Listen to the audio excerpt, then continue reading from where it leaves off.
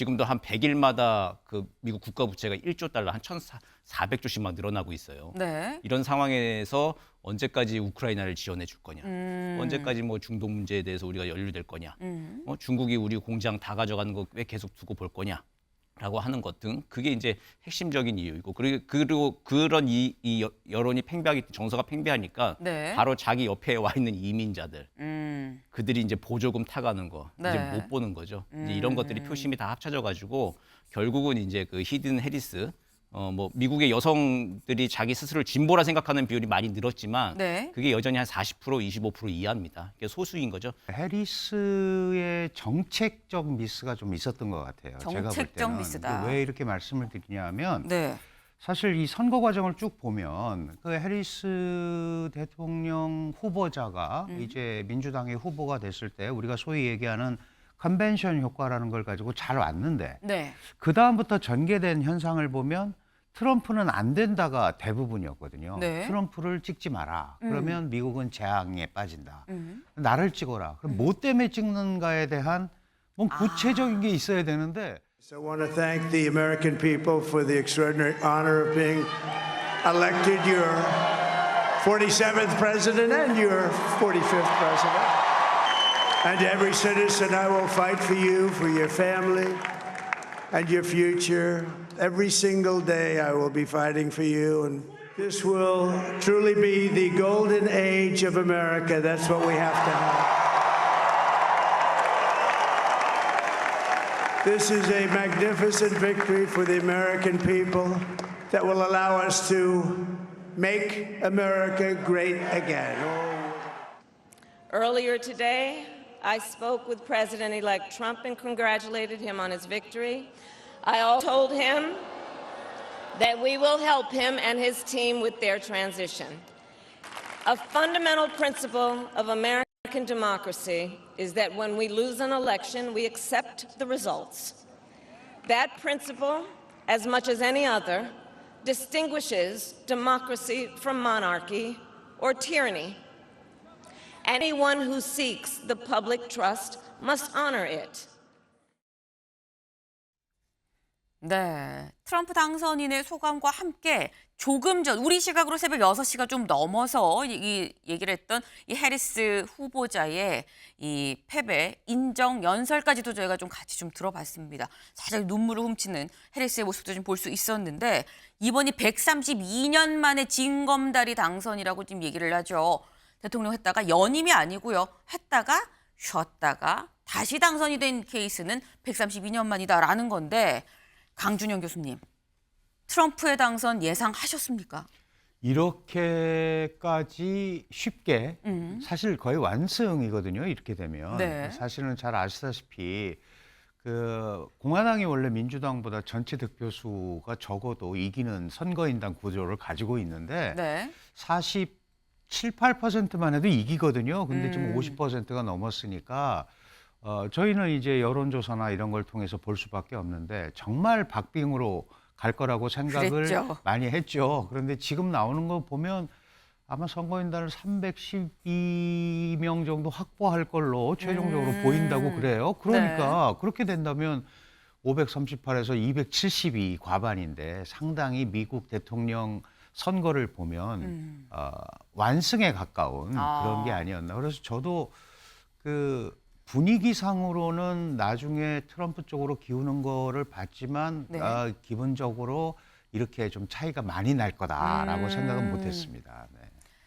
마지막에 트럼프가 당선이 된다고 해도 약간 엎치락 뒤치락 하면서 조금 이렇게 앞서서 이기지 않겠느냐 했는데 사실상 완승이라고 봐야 된다라고 지금 말씀을 하셨어요. 어제 끝난 이 미 대선 결과 저희가 지도로 좀 준비를 해봤습니다. 지도 같이 볼까요? 네, 지금 이 미국의 각 주가 좀 쫙 나와 있는데 언뜻 보기에도 시뻘겋죠. 공화당입니다. 네, 온통 빨갛고요. 네, 군데군데 파란색 민주당이 승리한 곳이 있어요. 특히 뭐 이렇게 지금 뭐 애리조나, 네바다, 위스콘신, 미시간, 펜실베이니아, 노스캐롤라이나, 조지아 등등의 저희가 흔히 얘기하는 이 7대 격전지들이 지금 있는데 일부 안 나온 곳도 있긴 합니다. 일부 결과가 안 나온 곳도 있긴 한데 격전지들을 보면 상당수 빨간색이다라고 있다라는 걸 알 수가 있습니다. 그래서 트럼프가 승리를 한 거냐라는 생각이 드는 거죠. 오늘 조간, 일면이 다 뭐였느냐. 조간 일면만 좀 같이 모아봤습니다. 같이 보시죠. 이렇습니다. 네. 4년 뒤 흔들 트럼프 태풍 온다. 미국 우선주의 트럼프가 돌아왔다. 더 강해진 트럼프 폭풍. 모든 걸 고치겠다. 트럼프의 귀환. 미 우선하는 방식으로 시작할 거다. 오늘 조간 일면은 모두 손가락질하고 있는 트럼프 당선인이었다라는 거죠. 네. 근데 이런 사진이 좀 압도적인 이런 모습에 이런 사진이 실릴 수밖에 없었던 이유가 있습니다. 다음 기사 볼까요? 네. 전국 득표도 압도했다. 공화당 후보로서 20년 만이라는 겁니다. 아까 교수님 말씀하셨죠. 아니 이게 그냥 사실 선거인단을 좀 더 많이 갖고 가면 되는 거기 때문에 득표까지 과반으로 갈 필요가 없는 거기도 한데 근데 심지어 과반을 했어요. 완승입니다 말씀하셨는데 공화당 후보로서 이렇게까지 하는 건 20년 만이다라는 거예요. 지금 완승이란 표현이 나왔는데 근데 그렇다고 한다면 정대진 교수님 미국 국민들이 왜 트럼프를 택했느냐 이유가 뭘까요?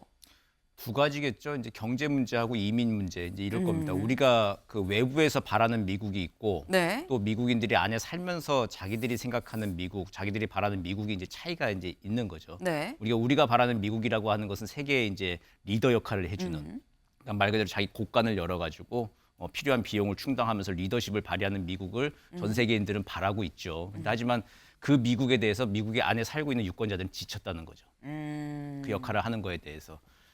지금도 한 100일마다 그 미국 국가 부채가 1조 달러, 한 1,400조씩 막 늘어나고 있어요. 네. 이런 상황에서 언제까지 우크라이나를 지원해 줄 거냐, 언제까지 뭐 중동 문제에 대해서 우리가 연루될 거냐, 중국이 우리 공장 다 가져가는 거 왜 계속 두고 볼 거냐라고 하는 것 등 그게 이제 핵심적인 이유이고 그리고 그런 이 여론이 정서가 팽배하니까 네. 바로 자기 옆에 와 있는 이민자들. 그들이 이제 보조금 타가는 거 네. 이제 못 보는 거죠. 이제 이런 것들이 표심이 다 합쳐져 가지고 결국은 이제 그 히든 해리스 뭐 미국의 여성들이 자기 스스로를 진보라 생각하는 비율이 많이 늘었지만 네. 그게 여전히 한 40% 25% 이하입니다. 그게 소수인 거죠. 그 표가 다 모였어도 전반적인 미국인들의 그 네. 정서 지금 이기지 못했다 이렇게 볼 수 있겠습니다. 네. 지금 말씀해 주신 건 결국 경제랑 이민자 문제 때문 아니겠느냐. 미국이 그동안 세계에 장남 노릇하는 거 미국 국민들은 싫었다라는 지금 그 말씀이에요. 네. 근데 지금 이 경제랑 이민이 문제였다라고 말씀을 하셨는데 지금 뭐 여성들, 백인 여성들 관건이라고 했지만 사실상 그다지 뭐 진보로 많이 이렇게 갔다고 얘기가 있지만 그래도 얼마 안 된다라 말씀하셨는데 다음 기사를 좀 같이 볼까요? 히든 해리스 없었다. 백인 여성 52%가 트럼프를 선택을 했습니다. 여기서 말하는 52%는 AP 출구조사를 지금 얘기를 하고 있는 겁니다. 봤을 때 백인 여성 52%는 트럼프를 선택했다. 아까 말씀 나왔죠. 히든 해리스는 없었다. 히든 해리스는 없고 샤이 트럼프는 있었다라는 겁니다. 그렇게 해서 지금 보면은 라틴계 남성 54%가 트럼프를 지지를 했어요. 해리스 흑인 남성 득표율 떨어지고요. 근데 이 상황이 아까 말씀처럼 경제, 이민이 문제인데 강 교수님 보면 이민 문제가 좀 관통을 한 것 중에 하나다라 말씀하셨는데 또 라틴계 남성의 54%는 트럼프를 또 지지했거든요.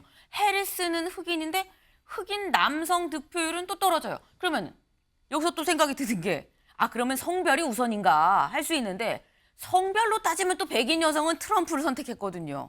어떻게 해석해야 되는 겁니까? 글쎄요, 이게 성별, 인종 이런 걸 떠나서 네. 이거는 전체적으로 보면 그 해리스의 정책적 미스가 좀 있었던 것 같아요. 제가 볼 정책적 때는. 미스다. 왜 이렇게 말씀을 드리냐면 네.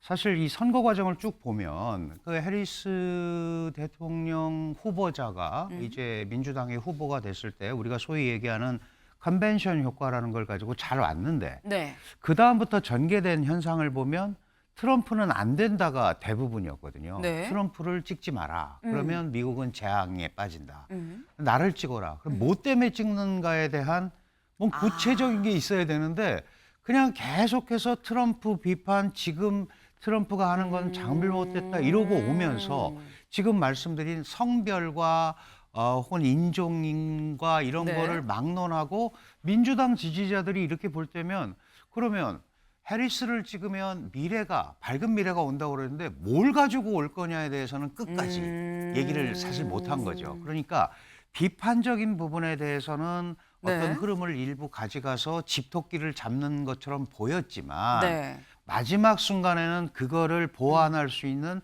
구체적 조치들이 안 나왔단 말이죠. 그런 데다가 또 바이든을 어쨌든 이어서 하는 민주당 네. 후보고 또 부통령을 했잖아요. 그러면 사실은 이 유세를 할 때는 우리가 다 잘한 건 아니다. 바이든 대통령도 이런 부분에 대해서는 나도 부통령이었지만 좀 잘못해서 이렇게 바꾸겠다. 뭐 이제 이런 것들이 나와야 지금 말씀하신 네. 보통 민주당은 그 미국의 이민의 국가고 가난한 사람들, 이민자들이 많이 지지하는 데잖아요. 그러면 그런 사람들을 위한, 그런 유권자들을 위한 뭐 맞춤형 정책까지는 아니더라도 그런 흐름을 보여줬어야 되는데 이제 결과론적 해석이죠. 그런 네. 걸 놓고 보면 그런 부분이 전혀 어필이 안 돼서 뭘 하는 건지 모르겠다. 이런 생각이 저렇게 나타난 게 아닌가 이렇게 생각이 됩니다. 정책적인 부분에 있어서 좀 명확하게 어필할 필요가 있었는데 저쪽은 안 돼요. 아유 위험해요. 저 사람 되면 위험합니다. 라는 얘기는 있지만 왜 나를 뽑아야 되는지, 날 뽑으면 내가 뭘 어떻게 하겠다는지에 대한 얘기가 없었다. 그러니 사람들이 왜 당신을 뽑아야 되는지 손이 안 갔던 거 아니냐라는 말씀을 지금 해주신 겁니다.